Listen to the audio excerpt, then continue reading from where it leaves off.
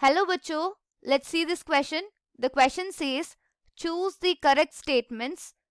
तो क्वेश्चन में हमें 4 स्टेटमेंट्स दिए गए हैं और हमसे ये पूछा जा रहा है कि कौन सी स्टेटमेंट करेक्ट है और कौन सी गलत. First statement, ortho hydroxy benzoic acid is much more acidic then Meta para isomers and benzoic acid itself. Benzoic acid की स्ट्रक्चर कुछ इस तरह होगी. ऑर्थो वाली, this is COOH, this is ortho position, यहाँ पे OH, COOH, this is Meta and this is para isomer. तो when compared to structures 1, 3 and 4, ortho is more acidic. अगर इसका हम conjugate base बनाए तो वो इस तरह होगी, COO माइनस और यहाँ पे OH. यहाँ ऑक्सीजन और हाइड्रोजन के बीच में हाइड्रोजन बॉन्डिंग होगी और इसके साथ साथ इसमें ऑर्थो इफेक्ट भी इसे मोर स्टेबल और मोर एसिडिक बनाएगी. तो ortho hydroxy benzoic acid is much more acidic then Meta para isomers and benzoic acid itself is a correct statement. अगर नेक्स्ट स्टेटमेंट देखें, -M or -R group increases acidity of phenol if they are present at ortho and para positions. अगर B वाली statement को देखें, for example, if I take nitrogen like this, now phenol के बारे में पूछा ना, तो this is phenol. -M और -R ग्रुप के बारे में बोले थे. For example, if I take NO2 group as -M group, अगर ये particular NO2 group ortho position पे हो तो रेजोनेंस इस तरह होगी. That is, for example, if I eliminate this hydrogen from here, conjugate base will be this phenoxide ion and nitrogen पे double bond O, single bond O. तो nitrogen पे positive और ऑक्सीजन पे नेगेटिव चार्ज होगी. Sorry, this oxygen पे negative charge, इस पे नहीं, इस पे होगी नेगेटिव चार्ज.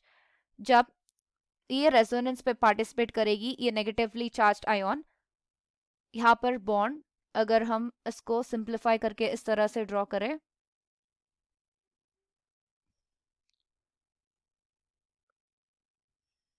तो ये बॉन्ड इस तरह, ये बॉन्ड इस तरफ शिफ्ट होगी और नाइट्रोजन पे ये डबल बॉन्ड जो भी है ये ऑक्सीजन पे इस तरफ शिफ्ट होगी.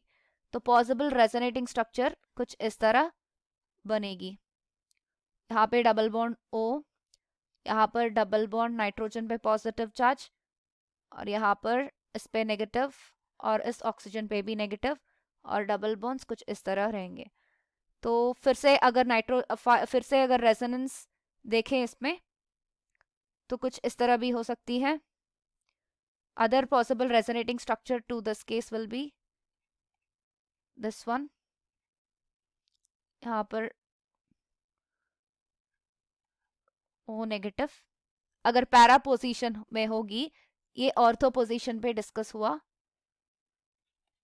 So para position, if we discuss here, nitrogen double bond O, single bond O minus और नाइट्रोजन पे पॉजिटिव चार्ज. जब ये नेगेटिवली चार्ज्ड आयन यहाँ पे शिफ्ट करेगी तो ये बॉन्ड इस तरह शिफ्ट होगी और ये वाली इस तरह. सो क्वेश्चन में हमें ये पूछा गया कि -M और R groups increases acidity of phenol if they are present at ortho and para position. Yes, because more resonance is taking part, इसीलिए ये भी स्टेटमेंट करेक्ट होगी. For resonance to take place structure should be planar. For example, if I take, this is C, right? CH2 double bond CH, single bond CH2. अगर मैंने ये structure ली तो ये double bond इस तरह शिफ्ट होगी तो यहाँ पर डबल बॉन्ड आएगी, double bond character, partial double bond character और इस कार्बन पे पॉजिटिव चार्ज होगी और इस कार्बन पे डबल बॉन्ड इस तरफ शिफ्ट होने पर इस कार्बन पे नेगेटिव चार्ज आएगी. मतलब if this is the structure, these are the pi bonds, तो ओवरलैप करने के लिए या पार्शियल डबल बॉन्ड कैरेक्टर बनाने के लिए इस कॉम्पाउंड्स को प्लेनार स्ट्रक्चर लेनी पड़ती है, तभी रेजोनेंस हो पाएगी. For resonance to take place, structure should be planar. This statement is also correct. Resonance involves change in position of atom. नहीं, ये गलत स्टेटमेंट होगी, बिकॉज पोजीशन ऑफ एटम कभी भी नहीं चेंज होगी. Position of electrons are changed. So the correct statements are A, B, C. This is the correct option. I hope you understand it well. All the best.